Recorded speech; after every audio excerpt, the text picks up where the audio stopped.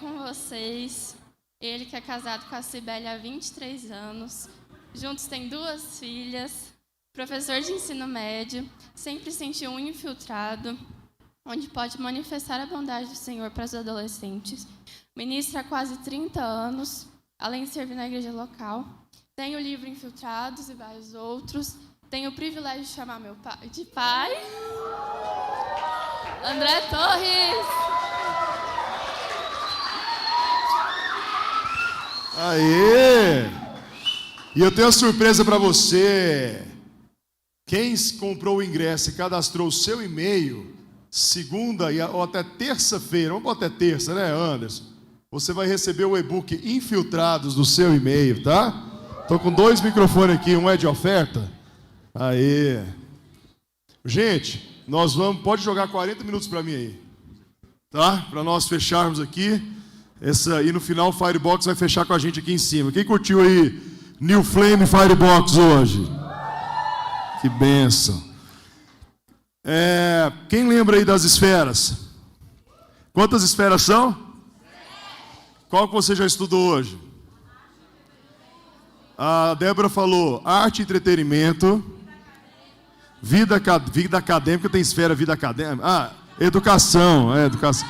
É porque ela é professora, ela até inventou um outro nome para o negócio. O que mais?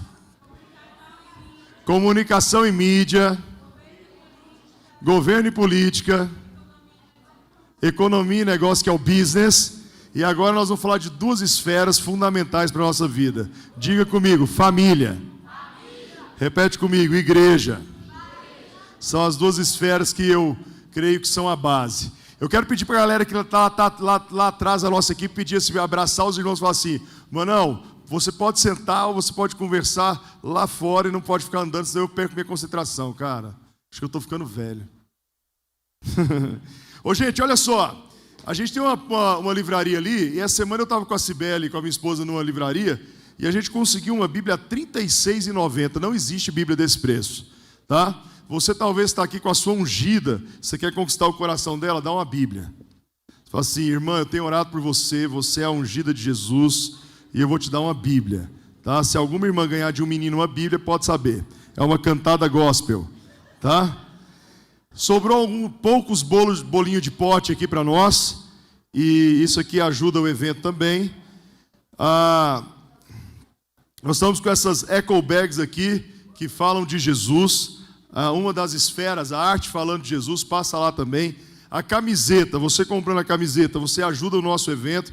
Obrigado pelos elogios, a camiseta ficou linda mesmo. E ela fala das 7 esferas. Se alguém te perguntar o que é isso, está aqui atrás, você explica o que é. E meu coração está queimando muito por esse projeto novo na minha vida, que é um clube do livro com o André. Nós vamos estudar a partir de outubro o livro A Pirâmide da Sabedoria, no qual o autor fala, estamos obesos de informação. Então ele começa a falar que nós, assim como nos alimentos precisamos de uma dieta saudável, precisamos também de uma dieta saudável na parte tecnológica. Como é que vai funcionar isso? Você vai deixar seu número lá, se já quiser adquirir o livro, você entra para um grupo de WhatsApp comigo e vai sair um link fechado uma vez por semana. Nós vamos ler capítulo a capítulo e compartilhar. Queria alguém da equipe que viesse aqui, recolhesse essas coisas para mim, esse copo, trouxesse água também, por favor. Obrigado a essa equipe maravilhosa que Deus nos deu. Amém? Diga amém. Abra sua Bíblia, ou vai ser projetado aqui, Efésios, capítulo 5, a partir do verso 22. O texto que eu sempre prego em casamento. E eu tenho dados terríveis para falar para você. Eu vou falar primeiro da esfera da família e já vou emendar na esfera da igreja também. Eu tenho alguns dados que são alarmantes. Por exemplo, 52% dos jovens hoje no Brasil, acima de 30 anos, não se casaram ainda. Eles ainda estão sendo chamados da geração canguru, a geração que não sai de dentro da casa dos pais. Pode rir, não tem problema não. Mas por que isso acontecendo? Porque há uma desconstrução da família. Então, para falar de família, eu preciso falar de uma coisa, de uma palavrinha que eu estou apaixonado e estudando muito nesses dias. Repete comigo assim, cosmovisão. A cosmovisão é como você enxerga, cosmo-mundo, como que você enxerga o mundo. Você sabe muito, eu acho que todo mundo que sabe que eu dei aula de biologia por muitos anos. E uma das matérias que eu tinha que ministrar e que eu me apaixonei pela estrutura era sobre evolução. Como o evolucionismo explicava a origem do mundo. Tinha uma aula que chamava Origem do Mundo. A outra aula chamava Abiogênese e Biogênese. Tinha uma aula que se chamava Especiação. Como surgiram as espécies? Como que Darwin explicou a especiação? Aí tinham Lamarck, Darwin, para quem já terminou o ensino médio, você deve estar lembrando disso, ou o seu professor foi muito ruim, né? E neodarwinismo. Por que eu achava legal dar aula sobre isso? Porque cada vez que eu dava aula sobre isso, eu achava muito legal, mas eu também falava assim, opa, essa não é a minha cosmovisão. O evolucionismo, ele não é uma ciência, porque a ciência, você vai lembrar da primeira aula que você teve ou na faculdade, ou no primeiro ano do ensino médio. Alguém já teve uma aula chamada metodologia científica? Quem já teve, levanta a mão. Quem lembra daquelas palavrinhas que o professor escreveu no quadro? Você lembra a primeira? Você não lembra de nada? O que você estava fazendo nessa aula? A metodologia científica é o seguinte, vou explicar nas minhas palavras para você. Eu estou fazendo um mestrado, estou imitando meu irmão mais velho, a nossa inspiração da família. E eu estou fazendo um mestrado na área de ciências da religião. Então eu tenho o meu orientador. E o meu orientador, primeira coisa, nós fomos ter aula sobre metodologia. Então eu tive que escolher uma hipótese, algo que eu acho, algo. E depois eu preciso estudar sobre aquele algo. E no caso do mestrado, a gente não faz uma tese, porque quem faz tese é o doutor. A gente, na verdade, faz uma dissertação sobre algo. Certo? Então, a cosmovisão, olha para mim, é a lente que você enxerga o mundo. Então, o que eu quero falar hoje é da cosmovisão cristã. Eu preciso enxergar tudo no mundo a partir da luz da Bíblia. Eu vejo o meu vizinho que faz barulho, o meu vizinho de cima lá em casa, ele tem coleção de bolinha de gude. Eu achei que nem existia bolinha de gude. E ele tem mania de jogar a bolinha de gude, e ela vai quicando. Meia-noite. Deve ter insônia. Então eu tenho que amar meu vizinho, porque ele não é meu vizinho que tem coleção de bolinha de gude, ele é uma vida que precisa de Jesus. Sacou a cosmovisão? E de repente eu preciso ver a família não como que o mundo mostra. Aí, voltando ao evolucionismo, quando eu dava aula de evolução, eu estava na faculdade, eu fiz biologia 2 anos, e aí eu tranquei, depois que eu fiz farmácia. E eu fui ter aula de um semestre sobre evolução. E um dia, algum amigo meu endemoniado falou assim, professor, o André é criacionista. E o professor falou assim, André, você só tira nota comigo se você nos der um seminário sobre criacionismo científico. Então eu tive que levar uma cosmovisão cristã, porque é assim que a gente acredita. Eu vejo tudo à luz da Bíblia. Por que eu estou te falando isso? Porque eu vou ler um texto que hoje você está sendo bombardeado por ele, para você ler esse texto com um óculos mundano, secular. E nós temos que ler esse texto com um óculos que o Senhor nos deu. Efésios capítulo 5, verso 22 diz assim, mulheres, sujeite-se cada um ao seu marido como ao Senhor, pois o marido é o cabeça da mulher, como também Cristo é o cabeça da igreja, que é o seu corpo, do qual ele é o Salvador. Assim como a igreja está sujeita a Cristo, também as mulheres estejam em tudo sujeitas aos maridos.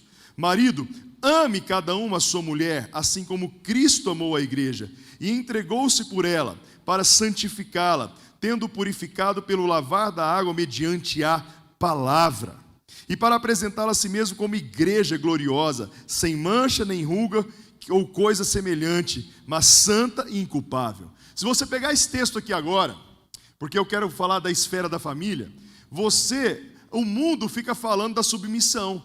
Essa submissão da igreja, a igreja é machista. E eu li 200 coisas sobre a função do homem e uma coisa sobre a função da mulher. A cosmovisão cristã faz a gente olhar tudo à luz da palavra.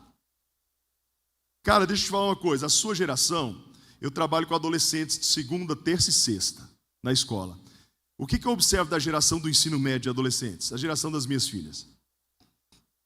É uma geração que tem várias qualidades, dentre elas, altamente conectado. Tem um livro muito legal para quem gosta de ler, se tiver algum psicólogo aqui, chamado iGen.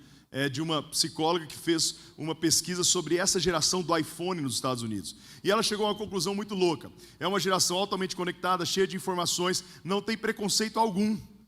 E é muito doido isso, porque na minha época, quando eu tinha sua idade, né, e eu já estou ficando aí velho, eu não tinha amiga. Porque se eu tivesse uma amiga, provavelmente meu irmão Alexandre ia falar assim, rapaz, você está gostando daquela menina? Mas hoje a galera aí de 15, 16 anos, você fala para o pai, não, pai, ele é meu amigo. Mas quem está gostando de quem? Não tem ninguém gostando, não. É amigo. É uma geração que não tem preconceito algum, a sua geração. Porém, olha só o que eu vou falar. A geração que não tem preconceito, ela tirou um filtro. E ela acha que às vezes os princípios bíblicos são princípios machistas, são princípios arcaicos, porque não está enxergando com óculos da cosmovisão cristã. A Bíblia é cheia de princípios, e são esses princípios que eu quero falar para você. Eu estava ali orando, a gente está com a salinha de oração ali, e na hora que eu fui orando, o Senhor estava queimando no meu coração de falar algo para vocês. Tem muitos aqui que não querem se casar, ou alguns, muitos não, alguns que não querem se casar, porque viu o casamento dos pais que foram casamentos fracassados. Mas nós, quando aceitamos Jesus, a gente aceita Jesus para mudar o jogo. Aqui na igreja, a gente cuida, supervisiona o trabalho da Albânia. A Albânia, o Yuri e a Ale tiveram lá agora em julho. Lá na Albânia, e o Yuri trouxe um relatório muito interessante para mim. Ele falou o seguinte, na Albânia, 93%, e eu acho que é isso mesmo, né, Yuri? São muçulmanos. Mas lá não é proibido falar de Jesus. Não é proibido. É meio restrito, tá certo? Falar não pode, mas pode ter culto na igreja. Ah, só se perguntarem. Então você tem que falar para o muçulmano, para o albanês, pergunta para eu te falar. Né? Não é não? Você tem que usar uma camiseta assim, pergunte-me sobre Jesus, né? Certo?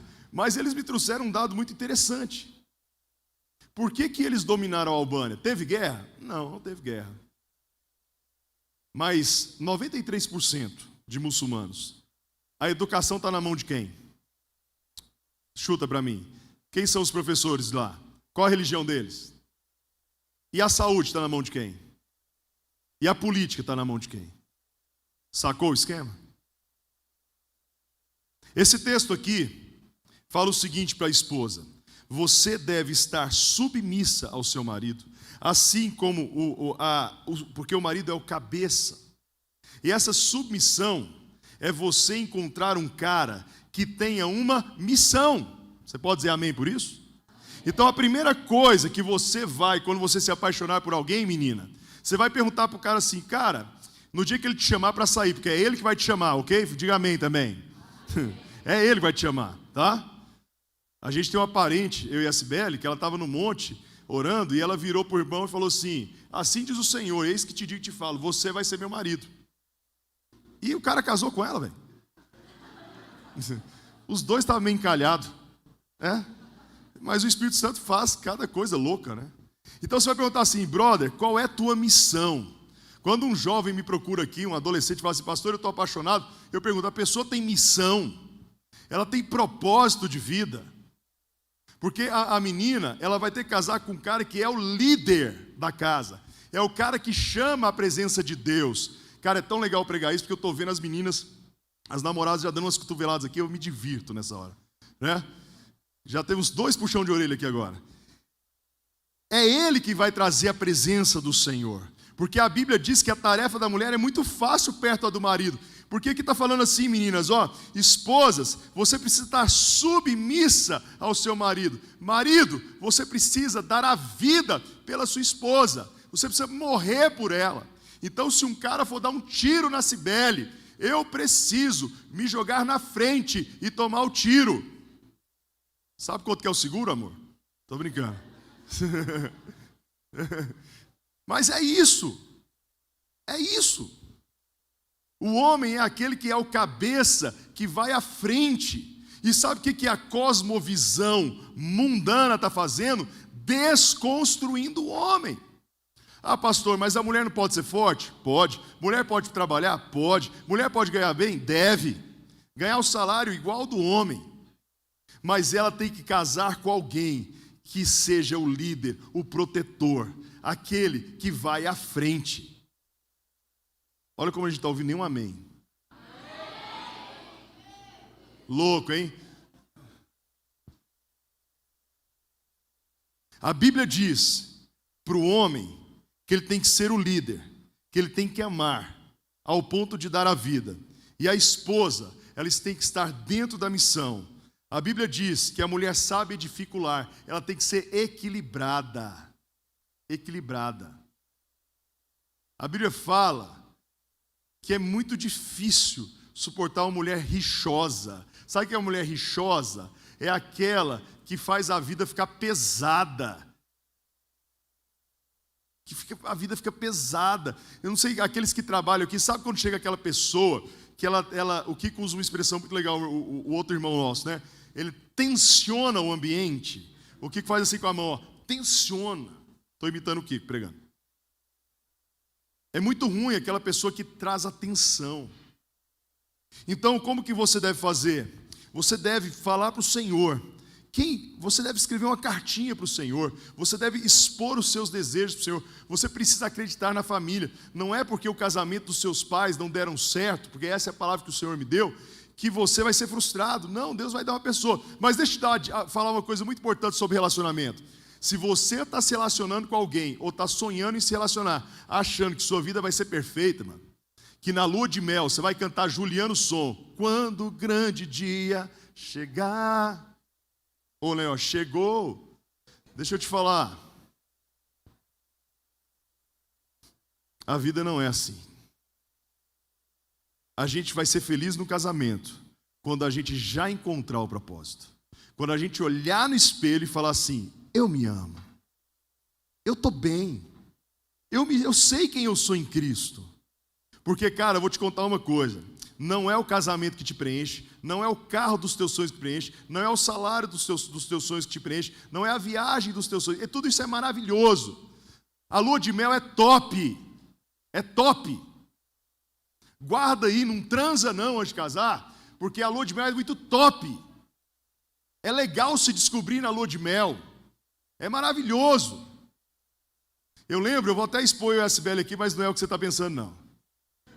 Quando a gente casou, a gente ganhou a primeira noite numa pousada dos Pirineus em Pirinópolis. E alguém falou assim, ó, é lua de mel. E a gente estava vivendo um tempo na Luz para os Povos assim, mano, tinha muita guerra espiritual, então tudo era caçador de Pokémon, sabe? Tem demônio ali, tem demônio aqui, tá amarrado aqui, o sangue de Jesus.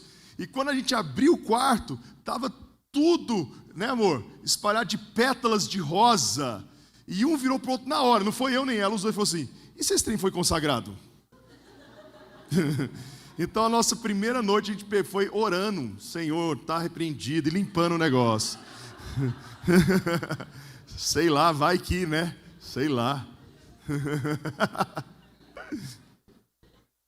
Oh, meu Deus.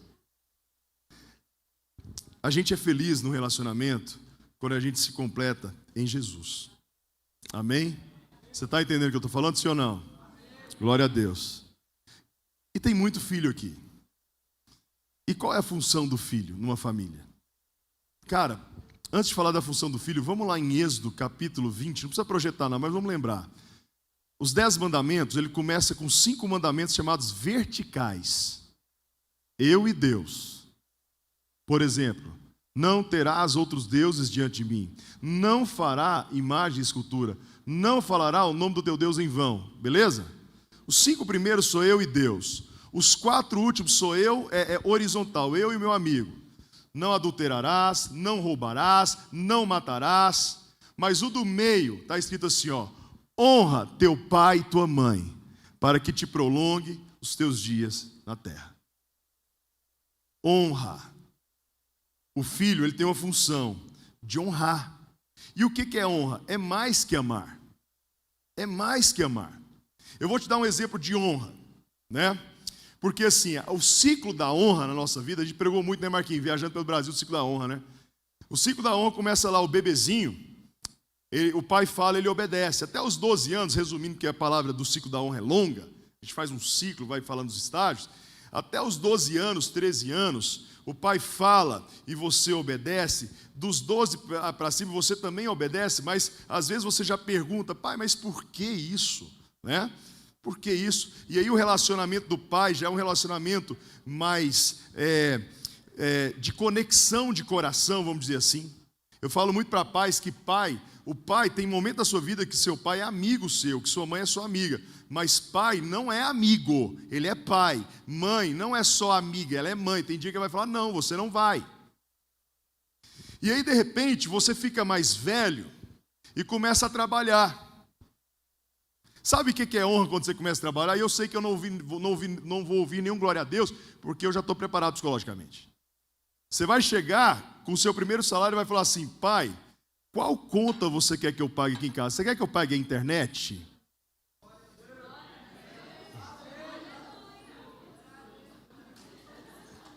Porque a geração dos seus pais, sabe o que eles faziam com o salário? Entregava tudo na mão do... Mãe, recebi hoje. Não era assim? Recebi hoje. Aqui está meu salário. Alguém viveu esse tempo? De trabalhar e chegar em casa e falar assim, mãe, aqui está meu salário? É, cara? Não é assim, Jeová? Não é? Mas de repente, você acha que você nem precisa. Porque seu pai está lá, na casa do seu pai, você paga tudo. Cara, você pode perguntar. Você pode fazer uma compra e falar assim, gente, comprei um negócio legal aqui pra gente. Isso é honra. Sabe como é que eu honro a minha mãe, que tem 74 anos? Mãe, estou indo aí tomar um café com você. E a gente conversa, e aí eu vou lá conversar com a minha mãe, com o apóstolo Sinomar, e ele começa a contar aquelas histórias antigas que eu não ouvi mais que 100 vezes. E ele conta aquela piada.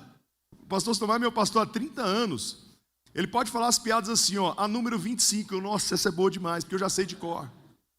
Mas você senta e ouve. Você senta e ouve. Isso é honrar. Sabe o que é honrar? Ir lá no dia das mães, ir no aniversário lá do seu pai, e levar um presente. Isso é honrar. Honrar é o seu pai ter normas enquanto você vive na casa dele e você obedecer. Eu fui o último a casar lá em casa, eu sou o mais novo. E eu lembro uma vez que meu sogro fez um churrasco, eu era noivo da Cibele, eu já tinha meu carro comprado com meu dinheiro, com meu salário. E o churrasco lá, meu sogro é gaúcho, ele gosta demais de fazer churrasco, e o churrasco estendeu. E eu cheguei em casa 2 da manhã. E 2 da manhã eu abri a porta, meu pai estava sentado no sofá. Eu falei, uai, pai, perdeu o sono? Eu falei, não, estou te esperando. Eu falei, por que você está me esperando, pai? Eu tenho 21 anos, eu tenho meu carro. Olha o cara se achando. Eu trabalho, ganho meu salário. Por que você está me esperando? Ele falou assim, porque você mora na minha casa. E enquanto você morar aqui em casa, você não vai chegar às 2 horas da manhã.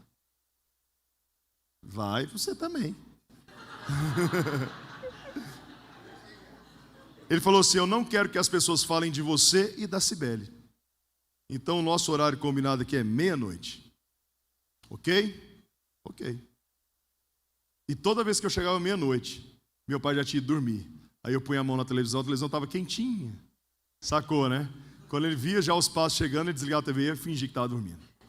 Porque só estava me vigiando. Mas eu obedeci. Isso foi honra. Amém? Você acredita que na minha lua de mel meu pai me ligou? E ele falou assim, a gente foi uma parte de Pirinosa, uma parte de Caldas Novas, né, amor? E meu pai me ligou. Era 7 da noite. Ele me ligou. E ele fez uma pergunta terrível para um casal que está em lua de mel. Filho, o que você está fazendo? Isso é a pergunta que você não faz, né? Foi, pai, por incrível que pareça, eu estava dormindo. 7 da noite? Falei, 7 da noite. Pai, por que você estava dormindo? Pai, eu casei. Eu não tenho que esperar por que eu estou dormindo. Eu fiquei na piscina aqui, torrando no sol, a tarde inteira, um hotel top que eu estou aqui. Eu estava acordando para ir jantar. Aí ele falou, tá, filho, eu queria que você... Olha aqui, eu queria que você olhasse um hotel para eu fazer um encontro de casais, você pode ir amanhã? Eu falei, não, eu estou em lua de mel. Eu não vou olhar hotel para você, pai. Aí ele, tá bom, filho, ele deu uma risada e desligou. Quando deu 1h, eu liguei para meu pai. Aí ele, o que foi? Oi, pai, tudo bem? Por que você está me ligando? Não, é porque agora eu estou acordado. Eu casei agora. Ah, vai dormir, vai namorar sua esposa, vai fazer alguma coisa. Não, é só uma vingança, eu falei para ele. Sabe, irmãos, a esfera da família é para você. Apesar da visão das 7 esferas ser criada em 75 anos que eu nasci, ela é para você. Eu quero orar hoje para você desejar ter uma família. Porque a igreja, a gente está com uma irmã aqui da igreja que ela chegou do Canadá. Hoje foi quem falou do Canadá, foi o Gil, cara. Eu ouvi todas as palavras, já estou confundindo aqui. Acho que foi o Gil que falou do Canadá. O Canadá, foi o Gilberto que falou assim, em Toronto tem gente do mundo inteiro. E a pastora Ângela aqui da igreja, ela foi visitar, ela ficou 20 dias em Toronto. E ela estava me contando que Toronto, o Canadá, se tornou um país liberal. Ele é tão liberal que nas esquinas tem loja para você comprar maconha e usar. É livre, droga é livre. É tão livre a droga que tem clínicas que os caras que têm dinheiro se internam para usar droga monitorado. Não, eu quero esse final de semana ficar doidão, eu quero ser monitorado para não ter uma overdose. Então tem clínicas para usar droga. E o que acontece? A galera de todas as religiões estão entrando lá. E nós, cristãos, ficamos assim, eu casar não, casamento não. Enquanto, voltando lá aos muçulmanos da Albânia, você viu lá muçulmano andando com os filhos na rua, chegou a ver? Muitos filhos ou poucos filhos? Muitos filhos. Porque se você pegar um vídeo de dominação do mundo na Europa, eles acreditam que a dominação religiosa é ter muitos filhos para que a religião possa se propagar dentro da família. Olha o que eu estou te falando. Enquanto a gente está falando assim, não quero ter filho não. Não vou casar não. A família representa o que é o encontro do Senhor, Jesus e da igreja. Eu já fiz 135 cerimônias de casamento. Tem uns que são muito doidos. Mas a mais diferente de todas foi a do Everton e da Rose. Porque o do Everton e da Rose, eles decidiram o Everton entrar na cerimônia. Porque ele falou para mim assim, não, é o noivo que vai encontrar a noiva. Então a pastora Rose ficou lá no altar, a galera deve lembrar disso, não sei. E o Everton entrou. Eu lembro que ela estava de all-star, vestido branco e tocando um rock and roll. É tudo doido. E ele entrou com fogos de artifício, porque ele queria falar assim, vai ser assim que Jesus vai encontrar a noiva. E quando eu abençoei as alianças, eu e Cibele, ele me pediu o microfone. E ele fez um apelo. E 5 testemunhos aceitaram Jesus. Muito doido. Mas aquilo me mostrou uma coisa. A representação real de que a família aponta para o amor de Jesus e a igreja. Esse é o ponto. O amor de um casal, ele é mais forte do que tudo. Ele é mais forte que tudo. Ele é mais forte que a morte. A gente viu vários casos do Covid de idosos casados há 60 anos, 50 anos, que um morria e horas depois o outro falecia. Alguém viu alguma reportagem dessa durante a pandemia? Eu vi várias. Várias. E saindo da esfera da família e indo para a esfera da igreja, porque a esfera da igreja completa a esfera da família. Quando você for se casar e se relacionar, e você vai colocar 3 coisas no seu coração, que é uma frase que eu trabalho muito lá em casa. Ame a Deus acima de tudo. Amém? Ame essa palavra ao ponto de você poder ter o seu dia mais corrido do mundo, mas você vai ter um tempo para essa palavra aqui. E terceiro, ame a igreja. A igreja é feita de gente. A igreja tem um monte de defeito. Tem um monte de defeito. Mas a igreja, ela é a solução para o mundo. Olha isso aqui que nós falamos hoje. Nós estamos falando numa igreja. Aluno evangélico na universidade dá show em aluno que não é evangélico. Show em apresentação de trabalho. Show. Eu dou uma aula na matéria que eu ensino na escola, chamado Projeto de Vida. E a primeira aula minha, perguntei para eles o que era propósito de vida. Escrevi no quadro, propósito. Alguém me explica essa palavra? Adivinha os únicos que sabiam responder sobre propósito? Os alunos evangélicos. E eles falavam assim, não, nosso propósito é pá. Aí agora eu fui dar uma aula, eu estou dando uma matéria adaptada, chamado, é a matéria mais concorrida da Universidade de Harvard, chama O Jeito Harvard de Ser Feliz. E lá dentro de dos tópicos, eu tinha que falar sobre a importância de ficar em silêncio, que lá no mundo chama-se de meditação. E eu coloquei lá benefícios da felicidade. Aí eu coloquei lá solitude, ficar em silêncio, 20 minutos. E aí levanta um aluno a mão assim, professor, posso fazer uma pergunta? Eu falei, pode, meu filho. Eu não faço meditação. Eu falei, não tem problema, meu filho, eu só estou explicando aqui. Eu faço devocional. Eu falei, você está certinho, cara. A devocional serve? Cara, é muito bom você ouvir isso numa sala de aula. Aí eu vou usar o que meu irmão falou, dar autoridade para colocar a ideia do negócio. Falei, cara, aí eu perguntei, alguém sabe o que é devocional? Não. Aí eu fui explicar o que era devocional. Deixa eu te falar uma coisa, a pandemia nos mostrou uma coisa muito louca. A gente estava viciado na igreja. Uai, pastor, mas isso é bom. Bem, é bom. A gente ia para o evento tal, a gente corria para a vigília tal, aí tinha o acampamento tal, aí de repente não tem mais nada. Aí começou a ter live, nossa, que legal, live de todo mundo, de repente você enjoa da live. Só o Lucinho para fazer 1000 lives seguidas, que é doido. Mas sabe o que a pandemia mostrou? Que nós não estamos alicerçados naquilo que tem que ser o nosso alicerce. Cara, a sua vida cristã não pode ser baseada de domingo, ou culto de jovens. A sua vida cristã tem que ser baseada na leitura diária da palavra, na sua devocional. A sua vida cristã tem que ser baseada no seu lugar sozinho com o Senhor. A gente está falando aqui da esfera da educação. Você sabia que o maior índice de cristãos que se desviam é quando chegam na universidade? Por 2 fatores. O primeiro fator é que nós, igreja, entregamos a universidade para quem não é cristão. Está aqui o Marcos, que foi professor da Universidade Federal. Estou certo, estou, Marquinhos? Quantos crentes amigos você tinha lá, cara? Nenhum. A universidade está dominada. Claro, nós entregamos. Por que alguém aqui não estudou, não fez lá o seu doutorado, não fez lá o seu mestrado e prestou um concurso? Porque é difícil demais, e eu faço os negócios e Deus me abençoa. Nunca case com alguém que fala, eu faço os negócios.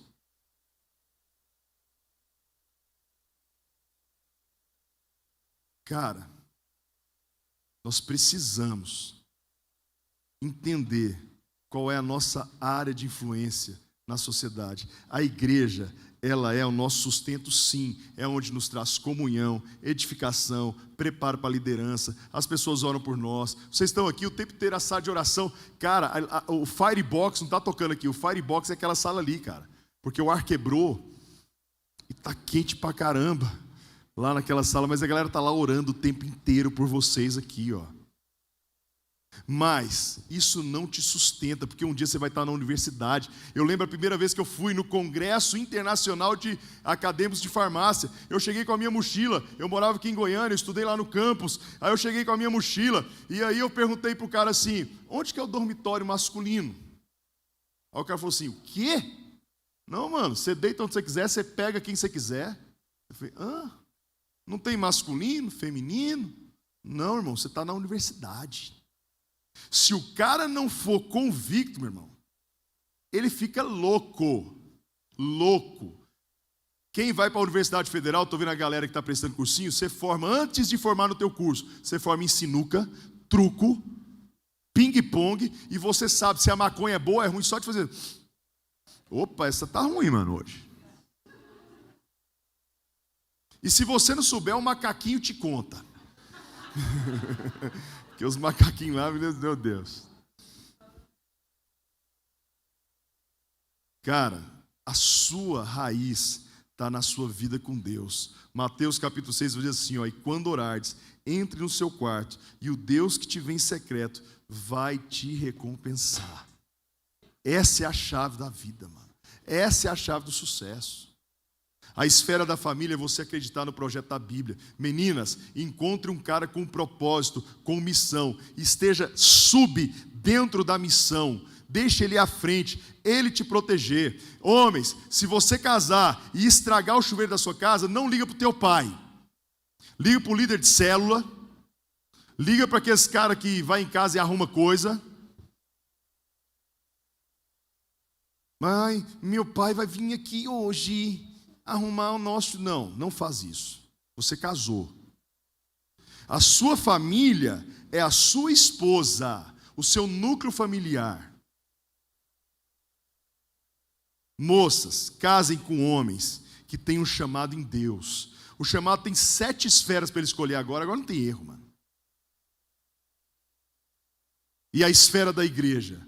Eu queria terminar falando o seguinte: você vive uma vida individual com o Senhor, mas você precisa, olha aqui para mim, você precisa fazer alguma coisa na igreja local. Você tem que servir a igreja local, porque nós temos um hashtag aqui, nós temos uma frase aqui na igreja do Bueno, que eu te libero você usar. Um dia eu marquei uma vigília, uma rede de casais, uma rede de empreendedores, o vôlei dos adolescentes, o churrasco dos homens. Aí chegou uma irmã e falou assim: pastor, eu acho você muito ativista, você marca muita coisa.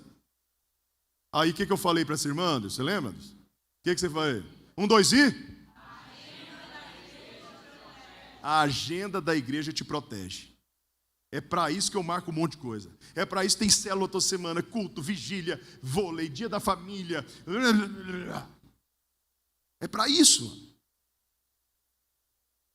Eu poderia falar aqui, eu lembro uma vez eu fui pregar em Belo Horizonte, eu ia pregar eu e o Davi Lago. E o Davi pregou uma palavra que eu não tenho coragem de pregar. Ele pregou sobre 100 coisas que você pode fazer na igreja. Ele leu durante meia hora 100 coisas que você pode fazer na igreja. Cara, desde o estacionamento até aqui em cima, tem 300 coisas para você fazer. Imagina você no estacionamento cheio do poder de Deus. Cheio do poder de Deus. Você está lá, no estacionamento orando lindo. Aí o cara para o carro, aí o cara já desce e fala assim: assim diz o Senhor. Pronto, mano. O visitante fica louco. Uma vez lá no Guanabara, a gente começou a orar para as pessoas começarem a receber o Espírito Santo dentro do carro. Não sei que era o pastor doido que estava lá. E nós começamos a orar na vigília da intercessão. As pessoas vão receber dentro do carro. E eu estou lá sentado na cadeira do pastor, o irmão: pastor, você pode ir lá no carro? Eu falei: não vou não, mano. O que foi? Roubaram o carro? Não, é porque um cara parou o carro e ele caiu falando língua dentro do carro, ele não consegue sair do carro. E eu falei: quem mandou orar para isso? Ele: foi você. Fui eu. Então vamos lá. E a gente tirou o cara carregado e pôs ele sentado. E ele estava lá assim: eu falei: mano, o que aconteceu? Eu não sei, estava parando o carro. Tipo o Aleph, uns trimelique assim. Eu estava vendo um podcast de uma igreja em São Paulo, que a professora da salinha falou para as crianças assim: comece a orar por algo que você deseja muito. E a menininha pegou e falou assim: eu queria muito que minha mãe brincasse comigo, ela não tem tempo. Aí a professora falou assim: onde está sua mãe? No culto lá da igreja. E ela falou: então vamos orar. E eles começaram a orar. Enquanto eu estou falando orar, o Firebox pode subindo aqui, gente, tá? E aí eles começaram a orar. Se meu tempo acabar, eu sou o líder do evento. Desliga a TV aqui, tá? E aí então, deu um estresse esse tempo dos preletores, você viu? Não sabia que dá esse estresse todo assim. E aí eles começaram a orar. E aí, de repente, a professora falou assim: gente, está acabando o culto lá em cima, nós vamos cantar uma música. E eles começaram a cantar uma música, as crianças deram as mãos. E a mãe daquela menina entrou na salinha e falou assim: professora, eu queria te pedir uma coisa. E a professora falou: o que foi? Eu estou lá em cima, e desde a hora que começou a cantar a última música do culto, eu estou com a vontade de dançar com a minha filha. Enquanto vocês cantam na salinha, eu posso ficar no meio da roda dançando com a minha filha. Eu estou com vontade de brincar com a minha filha. Cara, a menina estava orando na hora. Agora imagina, a professora da salinha está cheia da unção, mano. Você pode ir lá para a igreja de crianças, servir a igreja de crianças, cheio da unção. Esses dias um menino caiu aqui na sala de criança. A menininha caiu, bateu o joelho. Não chamaram a mãe, só mandaram a foto. O Albert, né, Nara? 6 anos, já levantou a mão. O Albert é que me para na porta da igreja e fala assim: pastor, as águas de Mara eram amargas. E o profeta jogou lá uma erva amarga e ficou docinho, docinho. E eles levantaram a mão e começaram a orar por cura. Sacou a cultura sobrenatural do negócio? Você pode servir na porta, você pode servir na sala, você pode limpar a igreja, diga amém por isso. Até chegar aqui em cima, mano. Até chegar aqui em cima. Você sabe qual que é a minha maior preocupação nesses dias? Aonde estão os futuros pastores? Aonde estão os futuros missionários? Aqueles que vão chegar e falar assim: cara, eu estou entregando tudo para ir embora. Eu queria que você ficasse de pé. Nós estudamos hoje as 7 esferas de influência. E eu quero orar por você, para que você possa se encontrar. A galera que vai para a universidade, como o Gilberto falou, você vai lá para expressar a vida de Deus. Você vai para a escola para ser bênção. Tem uma moça aqui no nosso congresso, ela vai dar um tchauzinho. Ela está atrás do meu irmão lá, ela chama Ábia. Ábia, dá um tchauzinho para mim. Ábia. Eu sou capelão lá na escola que a Ábia estuda. Eu lembro, Ábia, a primeira vez... Ábia, vem cá, eu quero orar por você. Vem cá, estou tão feliz que você está aqui. Eu lembro a primeira vez que eu orei pela Ábia. Ela era pós-pandemia e ela estava com alguns probleminhas. Eu não vou entrar em detalhes. E aí eu fiz uma chamada de vídeo. Você lembra disso, Ábia? Ela estava dentro do carro. Eu acho que você estava indo para o médico, para o dentista. E eu falei assim: Ábia, quantos anos você tem, Ábia? 14.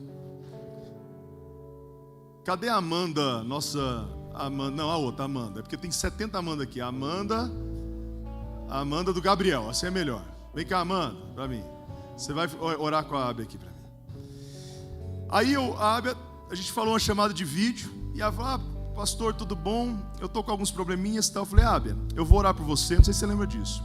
Semana que vem você vai estar aqui na minha sala. A gente vai conversar. Aí na outra semana ela foi. E eu expliquei para a Ábia o projeto de abrir célula na escola, Amanda. Toda vez que eu chego lá no colégio mais padrão, lá no recreio, olha quem está com a Bíblia, Marquinhos, no meio do salão pregando para a galera. A Ábia. Por que eu chamei essa Amanda aqui? Porque quando eu dava aula no Fractal, a Amanda tinha 15 anos. E um dia, eu fui, ela me chamou para pregar na célula. Tinha 100 alunos, 100 ouvindo essa menina aqui. Essa Amanda vai liberar uma palavra sobre a Ábia. Ábia, você vai gerar uma revolução na tua escola. Nós vamos orar por você. Porque eu sei que você já tem gerado. Porque você não desiste. Tem dia que eu nem posso ir lá porque eu tenho reunião. Eu sei que você está lá fazendo a célula. Amém? E eu queria terminar, eu não consigo, se eu sempre faço essa oração no final do Infiltrados. Aqueles que querem ser bênção nas escolas e nas faculdades. Infiltrados, eu queria te chamar aqui na frente. Amém? Lá na tua faculdade tem uma galera precisando de Jesus. Lá na tua escola, Marquinhos e Mayra, vocês me ajudam aqui também? Amém. Cib, você vem cá, amor, me ajudar? Ó que benção. Revolução. Você também fazia isso, velho. Marquinhos foi meu aluno no planeta. Glória a Deus. Cara, Deus vai te pôr numa faculdade. Aqueles que estão estudando no cursinho, faz um voto, né, Amanda? Você faz fisioterapia, não é? A galera do cursinho aí, ó, faz um voto. Senhor, eu vou ser luz na faculdade. Eu tô indo para a faculdade para pregar. Eu lembro quando eu cheguei na Federal, eu falei assim: eu vou pregar nessa faculdade. Você tá falando que você fez o discurso, eu também fiz a minha formatura. E eu terminei meu discurso fazendo assim: eu quero orar pelos meus amigos, porque ninguém podia me expulsar, era a última coisa do discurso. Aí os formandos levantaram. Só que levantou todo o salão, todo o auditório, o centro de convenções. Cara, eu acredito que a escola é um campo missionário. Depois dessa oração, eu e a Sibeli, a gente quer fazer uma outra oração por vocês. Faz assim com as tuas mãos. Você ora por ela. Você vai transferir uma unção. É muito doido isso aqui. Aquela unção que você tinha lá na escola, de eu levar o dono da escola para te ver pregar e ele se converter. Ele ia vir hoje, mas teve um problema. A Amanda ganhou uma escola. Você vai ganhar uma escola para Jesus. Você acredita nisso? Amém. Com esse jeitinho seu, tímido às vezes, mas pega uma Bíblia e prega rasgado, mano. Você pode orar aí? E eu quero orar por vocês. Senhor, eu estou orando pelos universitários, pelos adolescentes do ensino médio, do ensino fundamental, a galera do cursinho, que vai em nome de Jesus ser luz nas faculdades. Aline, vem aqui também, que está no doutorado. Se tiver alguém aí fazendo seu mestrado, vem aqui também. Senhor, professores, Gabriel que é professor, outros professores. Senhor, em nome de Jesus, eu oro por essa galera. Eles serão infiltrados, eles serão bênção. Eles vão levar o evangelho naquele lugar. Eles vão levar o evangelho na faculdade, nas escolas, em nome de Jesus. Senhor, gera um fogo no coração deles. Pai, que eles abram células universitárias, células nas escolas, em nome de Jesus. Em nome de Jesus. Eles não vão ser vencidos por um sistema secular.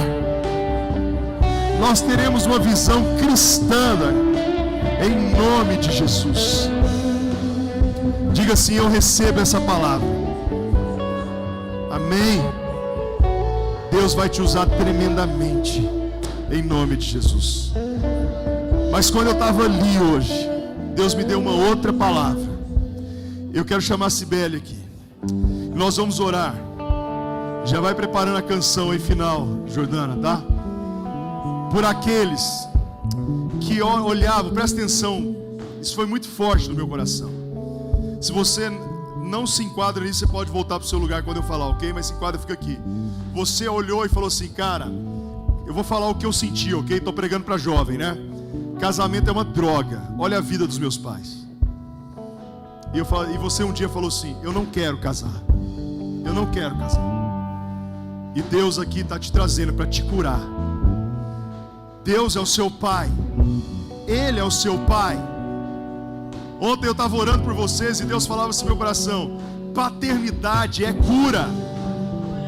E eu quero chamar todos que são casados, que as esposas estão aqui, e nós vamos orar com esses jovens, e eles serão curados. Eu quero chamar, onde estão os jovens que um dia falaram: não, eu não quero casar, isso não é para mim. Faz assim com a sua mão. Tem alguém aqui?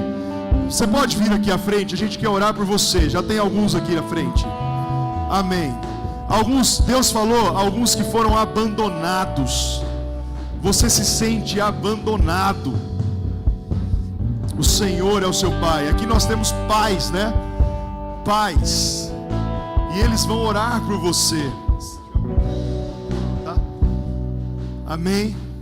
Amém. Pode orar. Tem mais alguém? Tem alguém aqui essa noite que se sente abandonado e não está aqui na frente? A gente quer orar por você. Você vai receber um abraço. Tá aí os casais, os pais, e vocês vão acreditar no projeto da família. Amém. Amém. Amém. Amém. Vida em ti, tu és meu fundamento, e eu vou confiar somente em ti. Não vou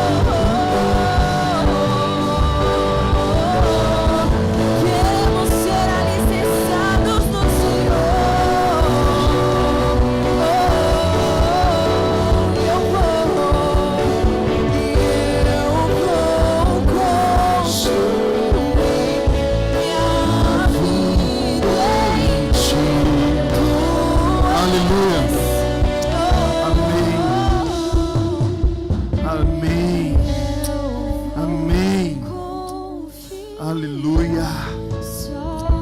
Amém. Glória a Deus.